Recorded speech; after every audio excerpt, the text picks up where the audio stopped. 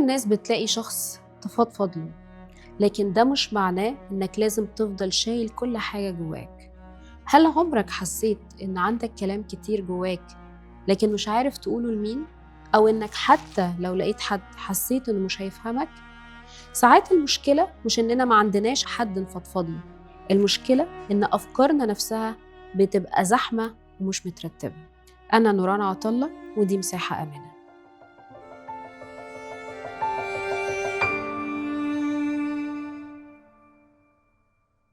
الفضفضة مش لازم تكون مع شخص، احنا متعودين ان الفضفضة معناها ان حد يسمعنا، لكن في نوع تاني خالص من الفضفضة، هو انت تسمع نفسك او تشوف افكارك مكتوبة قدامك، وساعتها هتحس انها بقت اوضح بكتير.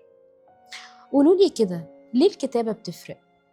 لانها ببساطة بتنقل الفكرة من دماغك لورقة، بتقلل الزحمة اللي في العقل واللي في الدماغ، بتخليك تفرق بين الحقيقة وبين الخوف. ساعات وانت بتكتب هتكتشف إن اللي كان مخوفك أصغر بكتير مما كنت متخيل. مش عايزاك تكتب بطريقة مثالية، اكتب أي حاجة، حتى لو الكلام ملخبط، حتى لو جملة واحدة، حتى لو كتبت أنا مش عارف أنا بكتب إيه، أنا مش عارف أنا متضايق من إيه، هتفرق معاك قوي. مش مطلوب منك تكتب صح، المطلوب إنك تطلع كل اللي جواك على ورقة أو حتى في نوتس على الموبايل. إيه الحاجات اللي ممكن تكتبها؟ لو جيت سألتني هقولك أي حاجة تيجي في بالك. ممكن تكتب إيه اللي مزعلني، إيه اللي شاغل بالي، وأنا خايف من إيه، إيه الحاجة اللي أنا نفسي أقولها ومش قادر، إيه أكتر فكرة بتتكرر في دماغي، أنا محتاج إيه دلوقتي، أنا محتاج أحقق إيه في حياتي، إيه الحاجات اللي أنا ممتن ليها، وإيه النعم اللي ربنا اداهالي في حياتي، خططي الفترة اللي جاية، الحاجات اللي نفسي أبدأها، أو حتى القرارات اللي أنا مأجلها.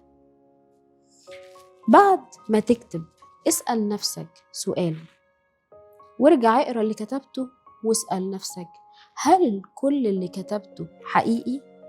ايه اللي أنا أقدر أغيره؟ وايه اللي خارج عن إرادتي وسيطرتي؟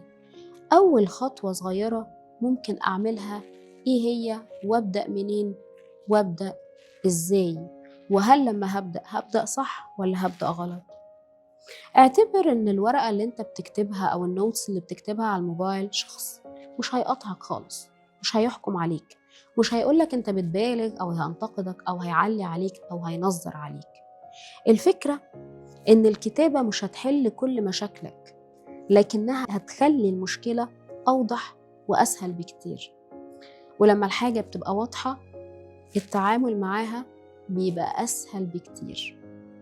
ممكن كلنا نجرب الموضوع ده لأنه ممكن يفرق معانا جدا.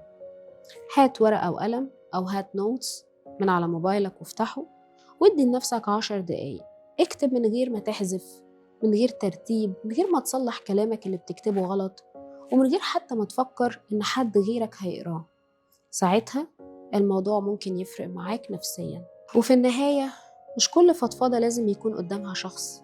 أحيانا أول مساحة آمنة ممكن تلاقيها هي صفحة بيضة تسمح لك تقول فيها كل اللي عمرك ما عرفته تقوله بصوت عالي. أنا نوران عطلة، ودي كانت مساحة آمنة.